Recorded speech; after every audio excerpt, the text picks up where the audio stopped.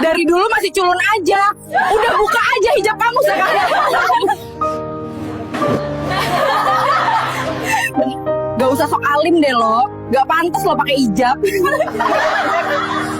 Wanita ini ditarik hijabnya dan dipaksa melepasnya di depan teman-teman lamanya saat reuni SMA. Hanya karena penampilannya dianggap miskin dan memalukan. Mereka menertawakannya, merendahkannya, bahkan mengusirnya secara halus. Tapi mereka tak tahu, wanita berhijab sederhana itu menyimpan rahasia besar. Dan ketika kebenaran terungkap, semua wajah sombong itu mendadak membisu. Siapa sebenarnya wanita ini? Rania merapikan kerudung abu-abu polos di depan cermin kecil yang menempel di dinding kamar. Cahaya matahari pagi menyelinap masuk lewat sela-sela tirai, menyinari wajahnya yang tenang. Tak ada make-up tebal, tak ada perhiasan mencolok. Hanya wajah sederhana yang siap melangkah menuju tempat yang dulu, dan mungkin masih, penuh luka. Di sudut ranjang, sebuah tas kecil telah ia siapkan sejak malam tadi. Hari ini, dia akan menghadiri reuni SMA di sebuah kafe mewah yang baru dibuka di pusat kota. Tak ada senyum di wajahnya, hanya keteguhan. Ia menarik nafas pelan, lalu berdiri dan mengambil jaket lusuh yang tergantung di balik pintu. Suara klakson kendaraan mulai terdengar dari kejauhan. Tanda pagi di kota telah dimulai. Rania melangkah keluar, melewati gang kecil, menuruni anak tangga, dan berjalan ke arah motor tuanya yang terparkir di pinggir jalan. Tak satu pun tetangga tahu kemana ia pergi. Dan ia pun tak merasa perlu menjelaskan. Perjalanan menuju lokasi reuni terasa jauh lebih berat dari sekadar perjalanan fisik. Sepanjang jalan, pikirannya dipenuhi dengan bayangan lama, suara tawa yang dulu menyakitkan, ejekan yang menusuk seperti belati, dan tatapan sinis yang seolah mengatakan, "Kau bukan siapa-siapa." Ia mencoba menepisnya, tapi kenangan itu sudah melekat kuat, dan hari ini, ia memutuskan untuk menatapnya kembali, bukan menghindar. Ketika tiba di kawasan kafe, ia memperlambat laju motornya. Matanya menatap bangunan berdesain modern dengan taman kecil dan dinding kaca tinggi.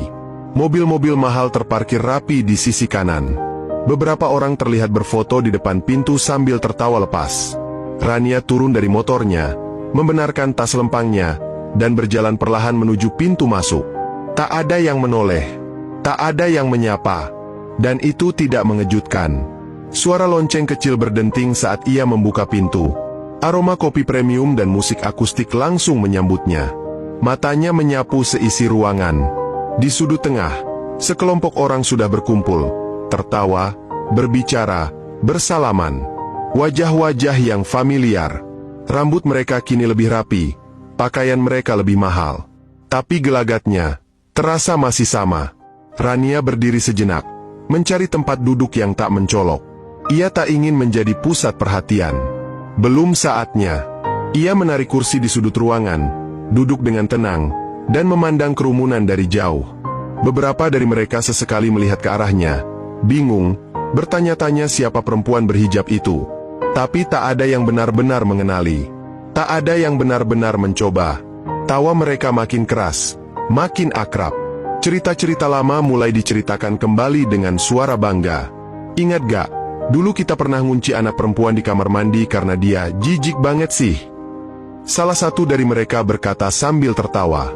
Yang lain ikut tertawa, tanpa sadar bahwa perempuan yang mereka bicarakan duduk tak jauh dari mereka, mendengarkan dengan dada yang semakin sesak. Rania memejamkan mata sejenak, menahan nafas.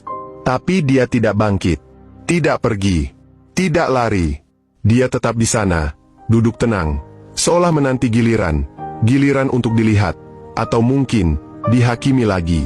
Tapi dalam hatinya, ada sesuatu yang telah berbeda. Ia tidak datang sebagai korban. Tapi mereka belum tahu itu.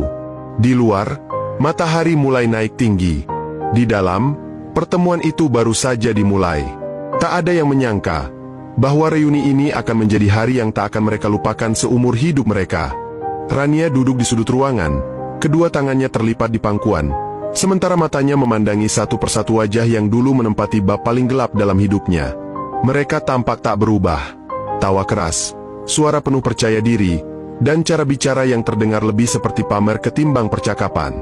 Sambil menyesap air putih yang diberikan pelayan, Rania tetap diam, menjadi penonton dari jauh.